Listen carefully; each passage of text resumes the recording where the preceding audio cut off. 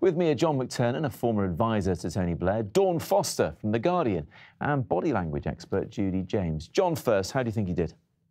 I thought it was worthy but dull, and he's had such a string of media catastrophes. This had to be a triumph by just not being a disaster, and it wasn't a disaster.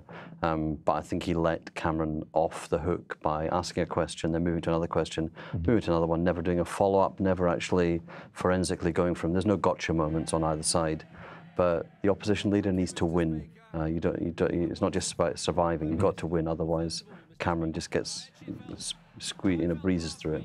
Dawn, do you miss the Punch and Judy show? I absolutely don't. I've never really enjoyed PMQs at all. I spoke to a female MP who said she left Parliament partly because she hated PMQs so much, and what it represented about politics. That's the main reason she left. Wow.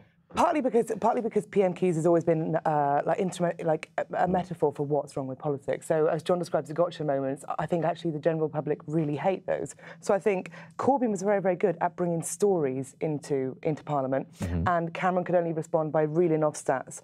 But Corbyn had complete control. You notice that PMQs was a lot quieter than normal, and Cameron had to respond in kind. So I think he actually won this round. You've set out your stalls, both of you. Let's talk about perhaps the reasons why then with Judi. You've looked at a few incidents, isolated a couple of them. Let's have a look at the first one where Jeremy Corbyn is talking at the dispatch box. Have a look at this. What does the Prime Minister say to Angela, to people like her who work so hard in the mental health services, or people going through a mental health crisis who may well be watching us today on Prime Minister's Question Time and want to know that we take seriously their conditions? So, Judi, what's caught your eye there about his performance? I wanted him to be an unspun hero, which is, I think we've got to a stage now where a lot of the leaders have almost ended up being robots because they've been so choreographed with every movement.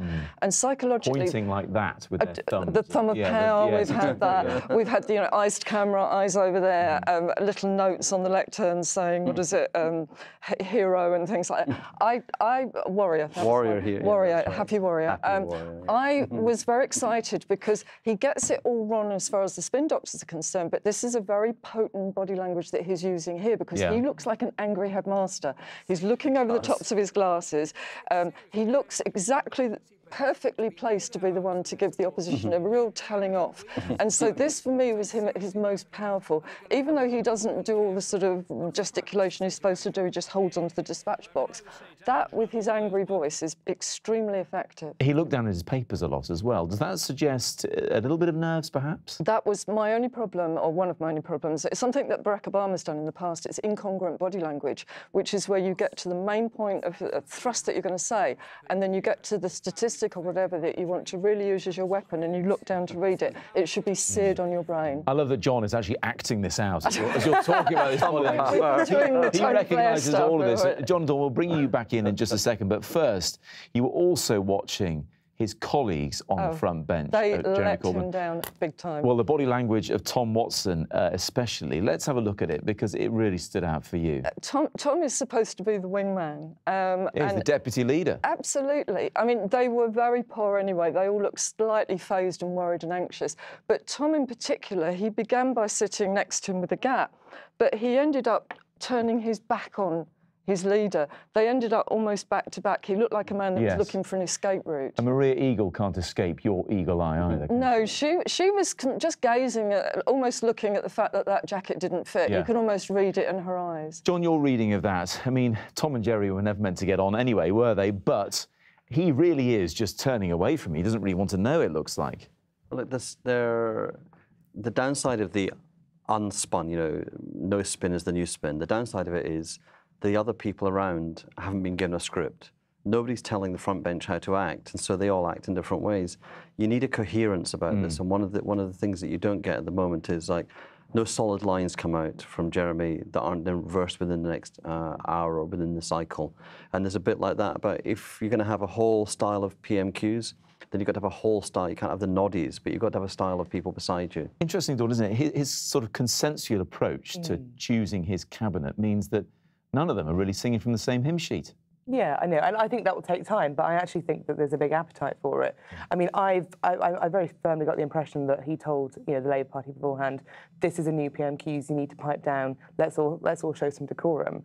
But I don't really think it needs to extend to telling Tom Watson to sit up straight. If you look at George Osborne or Boris Johnson on the front bench, they're practically on the floor, and Osborne always looks either smug or completely gormless. I'm very glad you mentioned that because Judi has had a look at them as well. Here they are. I thought my first Prime Minister's question time, I'd do it in a slightly different way, and I'm sure the Prime Minister's going to absolutely welcome this, as he welcomed this idea in 2005. But something seems to have happened to his memory during that period.